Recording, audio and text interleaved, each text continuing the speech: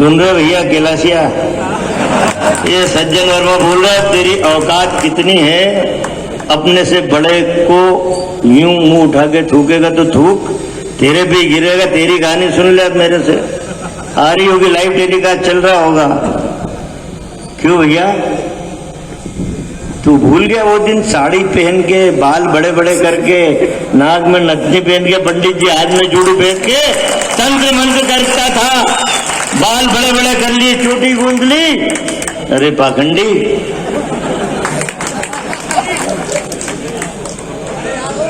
अपनी बात भूल गया, मुख्यमंत्री बनने के सपने देख रहा था। अब बीजेपी ने कहां उठा के फेंक दिया, जादूगरनी ममता बनर्जी बैठी हुई है। लेकिन एक बात देखना, तुमने कल नोट किया हो, इसकी नाक पकोड़े जैसी हो गई। कभी देखना, मैं बता रहा हूं, मैं हर साल की बता रहा हूं, मैं कल तुम्हारे आया इसके लिए मैं नहीं कह रहा हूं। दशहरा जैसे जैसे पास में आता है, इसका चेहरा रावण जैसा होने लग जाता है। या कभी नोट करना, कभी नोट करना, मैं गलत नहीं बोल रहा हूं, मैं तो बहुत बारीकी से देखता हूं। जब दशहरा पास आता है तो रावण के जैसा इसका पूरा मुंह हो जाता है। उमेश भैया, अभी प्रेमचंद गुंटू के नामांकन के बाद कांग्रेस पार्टी की एक सभा थी और उसमें सज्जन सिंह वर्मा और जीतू पटवारी ने जिस तरह से ज्योतिरादित्य सिंधिया, कैलाश विजयवर्गीय, शिवराज सिंह चौहान पर जो बयान दिया, उसको लेकर क्या किया? कांग्रेस पार्टी की यह अभद्रता और अशालीन भाषा का उपयोग शुरू दिन से जारी है और जीतू पटवारी जी हो या सज्जन वर्मा जी हो, उनका भाषाई अशिष्ट इस प्रकार का सदैव रहा है। और आज भी जो भाषा उन्होंने बोली है उसको लेकर भारतीय जनता पार्टी कोई आश्चर्यचकित नहीं है, पर हम हैरत में कि इस चुनाव के अंदर ये कितना और नीचे गिरेंगे। सज्जन वर्मा जी ने जिन शब्दों में हमारे राष्ट्रीय महासचिव जी के लिए कहा है, तो बहुत ही अभद्र भाषा शैली का उन्होंने उपयोग करा है। और जीतू पटवारी जी तो उनसे 4 कदम आगे चलकर चलते हैं। वो तो महिला मतदाताओं के बीच में जाते और महिला मतदाताओं से बोलते हैं कि तू 200 रुपये ले लेती है, 500 रुपये लेके पोलके में रख लेती है और चुनाव में वोट डाल कर आती है। मतदाताओं के लिए ऐसी भाषा, वे प्रत्याशी के लिए कहते हैं कि कागला गू खा गया।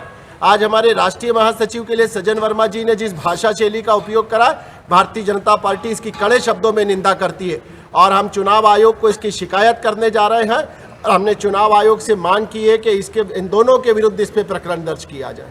उमेश भाई, जिस तरह से प्रदेश में उपचुनाव है, वो पूरे देश की नज़रें सिर्फ इसी बात को लेकर यहाँ पर टिकी है कि जिस तरह से बयानबाजी का दौर चल रहा है, जिस तरह से निचले शब्दों का उपयोग किया जा रहा है, क्या प्रदेश की ख्याति को इससे ठेस पहुँच रहा है?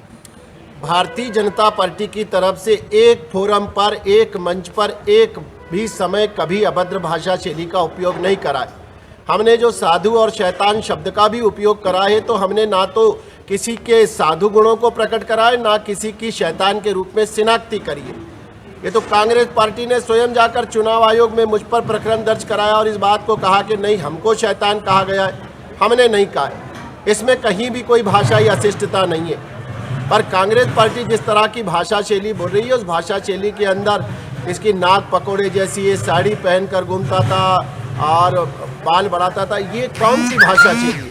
महिलाओं के बारे में कहना कि पोलके में तू 200-500 रुपये लेके रख लेती है, ये कौन सी भाषा शैली? प्रत्याशी के बारे में कहना, तो मुझे लग रहा है कि ये जो मूल्यहीनता की बातें हैं, ये कांग्रेस पार्टी के मित्र लोग कर रहे हैं और भारतीय जनता पार्टी चुनाव आयोग में उनकी शिकायत कर रही है। कहाँ पर और किन के खिलाफ शिकायत कर रही है?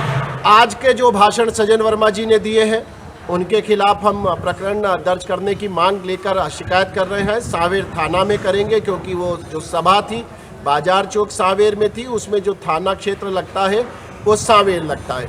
और जो जीतू पटवारी जी ने भी भाषा बोली है, उसमें भी आज हम सांवेर थाने में शिकायत दर्ज कर रहे हैं। क्या मांग करेंगे? हमारी मांग है कि चुनाव आयोग इन पर कार्रवाई करे, इन पर प्रकरण दर्ज किया जाए, इनकी गिरफ्तारी करी जाए।